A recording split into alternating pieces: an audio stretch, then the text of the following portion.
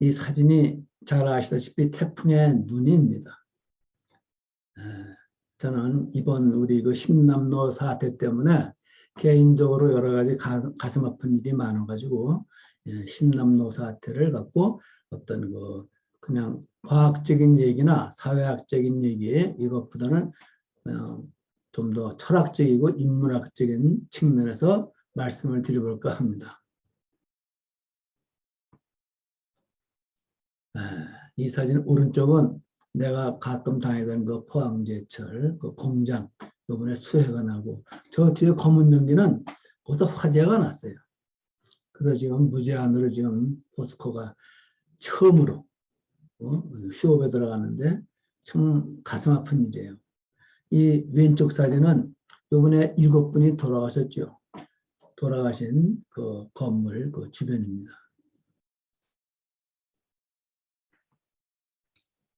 이거는 내가 좋아하는 그 해운대 또 마린시티의 사태입니다. 참 이 사진을 보고 느끼는 분이 많으실 거예요. 왜 우리나라 사람들은 조금만 더 멀리 보면 다 이겨낼 수 있는 사태인데 왜 그 사태를 이겨내지 못하고 바닷가에 이렇게 높은 건물을 짓고 차수막도 안 만들고 이랬을까. 참 안타깝다 이런 생각들을 많이 해보셨을 겁니다. 저도 참 마찬가지입니다. 내가 좋아하는 해운대가 이렇게 삭막하게 변한 게 너무 가슴 아프네요. 네. 먼저 태풍이라는 건 말이에요. 그 중심 부근 풍속에 초속 33m 이상입니다. 그죠? 그리고 폭풍우를 동반하고 또 이 태풍은 사람들에게 막대한 피해를 주는 악마적인 요소가 있습니다.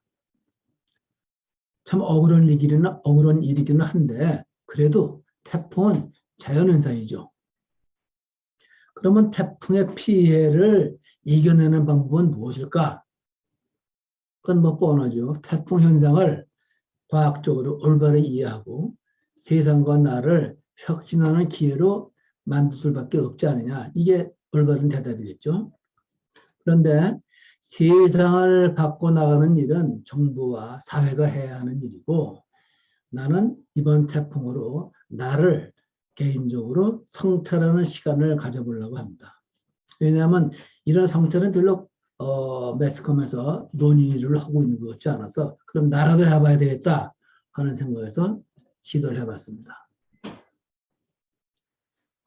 먼저 태풍과 우리가 살아가는 사회 그리고 나의 작은 인생사에도 서로 비슷한 요소가 많아요. 저는 그 세 가지를 들려고 합니다. 먼저 첫째로 태풍은 오는 때가 있어요. 아무 때나 오지 않죠.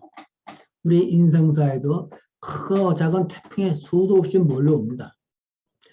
이 자연의 태풍은 주로 7월에서 9월에 생기죠. 그리고 발생 조건이 맞아야만 태풍이 됩니다.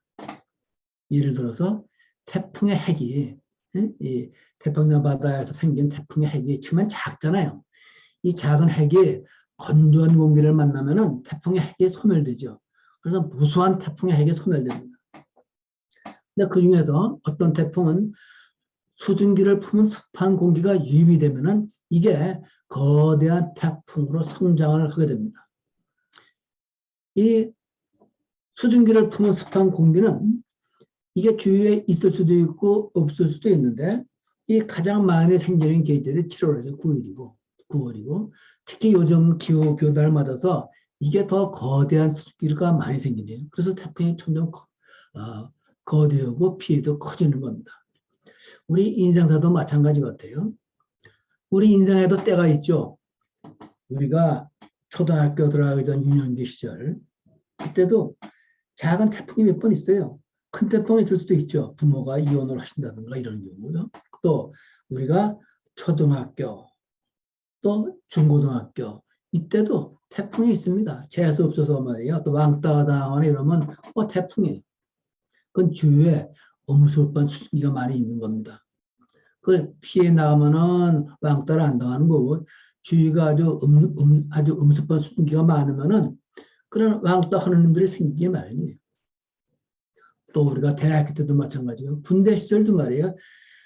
나처럼 보병으로 고생하면 주위에 이렇게 음습한 수증기가 많아가지고 그래서 빠따도 많이 맞고 그렇지 않으면 그 어떻게 방법이 없어요. 요새는 뭐 군바따 별로 안 받고 사는 모양인데 내가 옛날 60년대 후반 군대 생활할 때는 심했거든요. 그냥 거기서 그냥 견디는 수밖에 없어요. 그럴 때는. 무사히 나와야죠.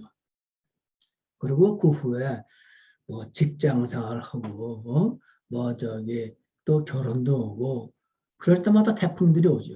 또 아이들 키우면서도 수많은 사건이 생기고 결혼시켜서 내보내면 한숨을 좀 돌릴 수 있을 것 같은데 또 내가 결혼시켜서 애들 내보내 보니까 옛날같이 그렇게 뭐 심하지는 않은데 애들이 코로나 걸려가지고 고생하고 직장도 못 나가고 회사도 못 나가고 이런 거 보면 말이에요. 또, 또 직장에 어떤 위기가 생기고 이러면 참 부모가 가슴 아파요. 또 우리 자신이 직장에서 나올 수밖에 없잖아요. 그리고 젊은 나이에 50대 초반, 50대 중반 이렇게 나오게 되면 참 그때 엄격한 또 태풍이 유입됩니다. 이 위기를 또 잘 거치면 말이에요. 또 예외 없이 죽음으로 향해서 우리는 달려갑니다. 우리 죽기까지 수많은 태풍 같은 위기가 달려오는데 이때마다 우리는 말이에요. 서두르지 말고 냉정하게 대응하고 우리 주위에 그 음습한 수증기를 먹은 그런 음습한 공기가 유입되지 않도록 해야 돼요. 그렇게 하면 이게 태풍이 생겨가지고 우리를 파괴할 수가 있습니다. 그러니까 내 생각은 말이에요. 서두르지 말고 우리 인생의 매 순간 대응하자. 그리고 매 순간 매 시절을 소중히 생각하고 최선을 다하면 살아날 수밖에 없다. 그래도 태풍이 생길 수밖에 없어요. 사회에서. 그럴 때 우리는 너무 슬퍼하지 말고 대응할 수밖에 없다. 이게 내 첫 번째 그 태풍의 인문학입니다. 두 번째는 태풍의 진로는 태풍의 눈이 작용합니다. 예를 들어 우리가 태풍을 볼 때 아까 태풍 사진을 보여드렸지만은 태풍의 눈이 어디 있느냐에 따라 태풍의 영향권이 변합니다. 태풍의 눈에 따라 가는 거예요. 그 밑에 그 지상은 말이에요. 바다라든가 이 지상의 모든 운명은 태풍의 눈이 움직이는 게 따라서 말이에요. 그 거대한 태풍권의 영향을 받아서 소행들에 들어가는 겁니다. 태풍 눈에 있는 사람들은 끝도 없어요. 끝도 없는데 거기서 빠져나오면 망하죠. 태풍의 눈에 있어야 돼, 이 사람들은. 마찬가지로 우리의 마음과 우리의 의지에 따라서 우리의 운명이 변하는 것 같아요. 우리의 마음은 어떤 거냐? 내가 내 인생의 목표를 어디에 두느냐? 돈에 두느냐? 상품에 두느냐? 출세에 두느냐? 건강한 사회에 두느냐? 지금 우리의 그 대치등이라는 걸 학원에서 하는 그런 교육이라는 거는 그 목표를 어디에 두느냐? 교육의 목표가 어디에 두느냐? 나는 이 사람들이 그 학생들의 성품이나 건강한 사회를 만드는데 그 목표가 있는 것 같지 않아요. 그래서 얘들이 이 다음에 사회에서 말이에요. 어떤 권력을 갖고 있는 자리에 들어갈 때 참 암담한 사회가 될 생각이 들 수가 있습니다. 그래서 또 하나는 인간은 말이에요. 죽을 때까지 성장한다는 생각을 하고 우리의 노년을 말이에요. 노년기도 황금가 될 수 있다는 생각을 하고 그리고 씩씩하게 살아가느냐. 인간은 그 나이가 들면은 뇌세포도 다 그 성장을 썩어 들어가고 그야말로 노년이라는 거는 그야말로 가장 슬픈 시기가 될 수밖에 없다. 이렇게 생각을 하고 살아가느냐. 이건 과학적인 통계는 어긋납니다. 사실은. 인간은 죽을 때까지 성장할 수 있다는 그런 과학적 증거가 많이 좀 생기고 있고 그리고 어떤 그 통계학적으로 봤을 때도 말이에요. 젊은 시절부터 노년이 가장 행복하다는 거는 우리나라 말고 말이에요. 대부분의 나라에서 노년이 가장 인생의 행복한 시기가 될 수 있다는 거는 통계적으로 나와 있는 사실은 사고입니다. 우리가 우리의 마음과 의지, 우리의 철학을 어디에 두느냐에 따라서 시니어의 라이프가 바뀝니다. 마지막으로 이 태풍이라는 건 말이에요. 바람 그리고 물폭탄이죠. 그야말로 세상을 순환시키고 인간은 창조적 파괴로 진보한다. 사실 태풍에 지나간 데는 아픔을 줍니다. 저는 이번 경주라든가 포항이라든가 부산을 보면 참 마음이 아프죠.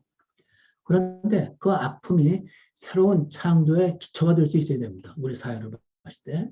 또 우리 개인의 인간의 인생사도 말이에요. 우리가 살다 보면 내 친구가 좋을 수도 있고 부모님이 돌아갈 수도 있고 말이에요. 그럼 무수한 실직을 당할 수도 있고 무수한 태풍이 생깁니다. 그때마다 그 태풍은 말이에요. 분명히 내 주위의 모든 환경을 파괴해버리지만은 그 완전히 파괴된 그 상태에서 우리는 얼마든지 창조적 파괴로 난 진보할 수 있다고 생각을 합니다. 예를 들어서 태풍은 바닷물을 뒤집어서 바다를 청소합니다. 그래서 태풍이 지나가고 나온 말이에요. 바다 밑에 쌓였던 플랭크톤이 떠오른대요. 그런 그 플랭크톤 떠오른 고기를 먹고 말이에요. 물고기들이 많이 자라죠. 난 요번에 태풍 지나갈 때 공원을 갔었는데 그 동네 멋있는 공원이 있어가지고 공원에 갔더니 그 거기에 말이에요. 그 비둘기 또 오리들이 그 풀 위에 올라와 있는 그렇게 벌레들을 많이 먹더라고. 태풍 속에서 참 놀랍잖아요. 태풍 속에서 그렇게 난 그 처음 봤는데 그냥 물도 있는데 호수도 있는데 호수에도 그렇게 그 물오리들이 많더라고. 그래서 난 태풍이 지나가면 가만히 있을 줄 알았더니 그 물론 그 부산이나 포항처럼 심하게 나가 있는 평택은 그렇게 심한 이렇게 태풍은 올라오지 않았어요. 그런데 그렇게 많이 잡아먹고 있더라고. 그러니까 태풍이라는 게 나쁜 것만은 아니다. 그래서 태풍은 말이에요. 우리의 어려운 인생 고비를 넘어온 노인은 말이에요. 이것이 인생의 행운을 만들 수 있고 이 태풍을 통해서 우리는 인생의 승리자가 될 수 있다. 저는 이런 생각을 하게 됩니다. 이게 내가 생각하는 태풍이 몰고 온 어떤 인문학적 그 사고입니다. 이건 내가 그 배달의 도서관으로 평택에 있는 도서관 옥상에서 태풍이 몰려올 때 찍은 사진이에요. 사진은 이렇게 나오지만 비가 참 거세게 몰아치고 정말 참 여기에는 간단하게 그 별로 파도에 그 호수의 물결이 안 보이지만 이 물결도 장난이 아니었어요. 이 위에 이렇게 오리들이 그렇게 떠올라서 뭘 잡아먹고 있더라고요. 이거는 태풍이 지나간 다음에 그저께 사진입니다. 똑같은 풍경이지만 이렇게 평온해요.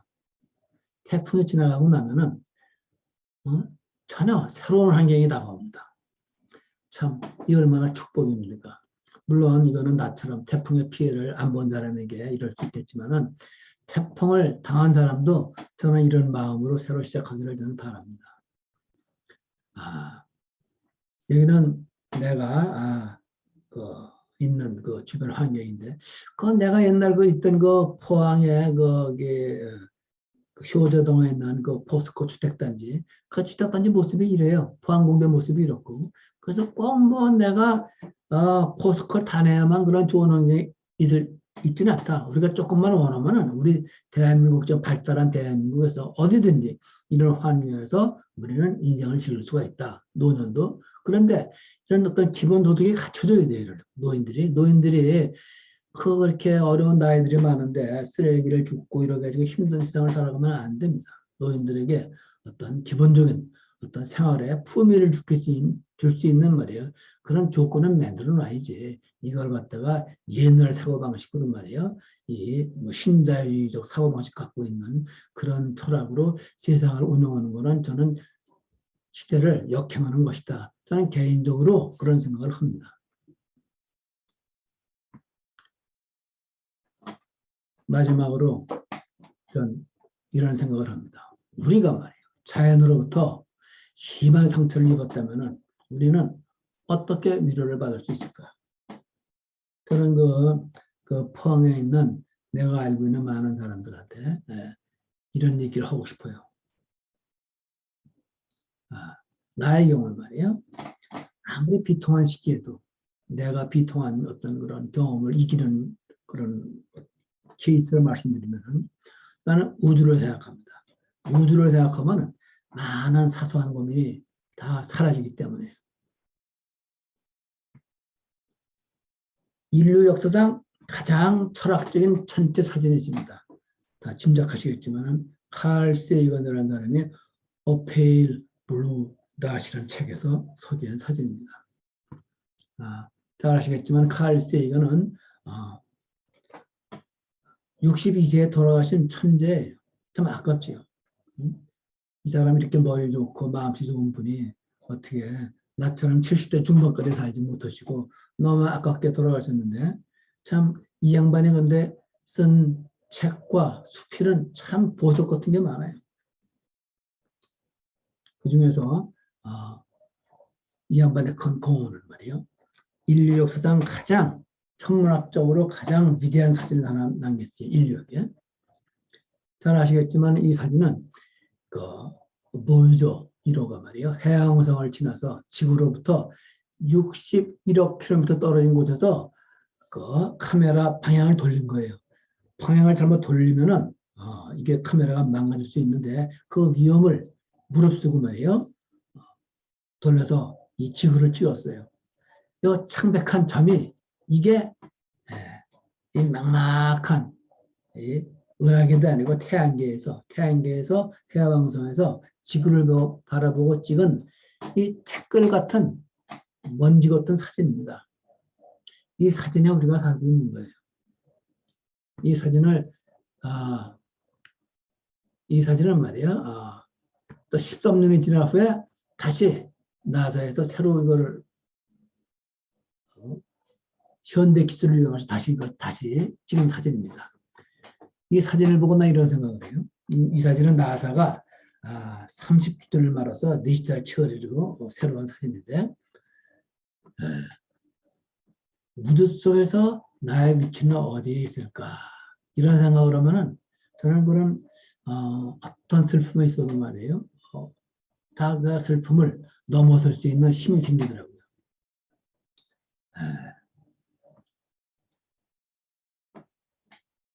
칼 세이건이 말이에요. A Vision of the Human Future in Space.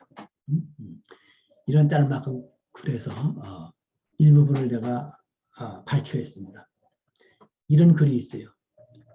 가장 위대한 글 중에 한 부분인데 지구는 광막한 우주에서 볼 때는 너무나 작은 무대이다. 이 작은 점에 극히 일부를 차지하려고 했던 역사 속 수많은 정복자들이 보여준 피해 역사를 생각해보자. 역사를 볼 것도 없고 지금 이 현실이 그렇습니다. 사실은. 우리가 우주에서 특별히 선택된 곳에 있다는 상상은 이 창백한 작은 점을 본다 그러면 도전받을 수밖에 없는 생각이다. 우리의 행성은 광막한 우주의 어둠 속에서 외로운 한 점의 스펙이죠. 얼룩일 뿐이다. 우리가 아는 한 이 광활한 우주 어디에서도 우리를 구원해줄 무엇이 있다는 증거를 볼 수는 없다. 증거가 없는 거예요. 이 지구, 아직까지는 지구만이 생명체가 살 수 있는 유일한 곳이라고 알려져 왔다. 아주 가까운 미래에 인류가 이외에 살 수 있는 행성은 없다. 탐사하는 건 가능할 것이다. 거기서 사는 것 아직은 어렵다. 나는 아마 영원히 어려울 거라고 생각합니다. 좋든 싫든 지금 이 순간 우리들이 발 디딜 곳은 지구뿐이다. 우주에 대해서 아는 것은 인간을 겸손하게 하고 인간을 돌아보게 한다. 이 창백한 푸른 점은 우리가 서로를 따뜻하게 대할 책임감과 지구를 소중하게 지켜야 함을 알려준다. 지구가 아는 유일한 고향인 이 창백한 푸른 점, 블루 이 덫을 우리가 소중하게 지켜야 한다. 이러한 글을 쓴 분이 칼 세이건인데 전 이 좀 긴 글인데 제가 핵심적인 부분만 줄였는데 여러분들은 원문을 좀 들어가서 살펴봤으면 좋겠어요. 마지막으로 저는 이 말씀을 드리고 싶어요. 영어는 뭐 제쳐놓고 이거 번역을 하면은 작은 생명체로서 우리는 오직 사랑을 통해서만 우주의 광대함을 견딜 수 있다. 어떤 이런 짐승이 아니라 우리가 인간이라 그러면은 우리가 지구에 살아갈 수 있는 기본적인 철학은 저는 우리가 그렇게 큰 우주를 볼 때 우리의 생명체라는 게 별거 아니에요. 사실은. 그러니까 이 막막하고 이 광막한 우주에서 우리가 내 처나 내 자식이나 내 형제 이웃을 사랑하지 않는다는 것은 참 저는 그 의미 없는 일이라고 생각해요. 아무리 우리가 좋은 철학을 갖고 살아도 또 운이 없으면 죽죠. 이 칼 세이건처럼 그런 위대한 천재도 젊은 나이에 죽을 수도 있고, 또 내가 좋아하는 호킹 박사도 그렇게 일찍 돌아가시더라고. 르버릭별에 돌아가셔가지고. 우리가 좋아하는 수많은 천재들도 또 착한 일을 많이 한 사람도 이게 재수가 없거나 그러면 죽어요. 그렇지만 죽기 전까지 우리가 인생의 허망함을 넘어서려고 하면은 우리가 자기 주위의 형제들에게 너무 경쟁만을 가리킨다는 것은 너는 인생을 헛사는 거고 지구에서 살 만한 가치가 없는 인생 아니냐, 저는 이러한 생각을 합니다. 그래서 저는 이번 흰난로로 우리가 어떤 많은 피해를 입었고 상처도 많이 받았지만은 이런 인문학적 성찰로 어려움을 이겨낼 수 있었으면 좋겠습니다. 이만 강의를 마칩니다.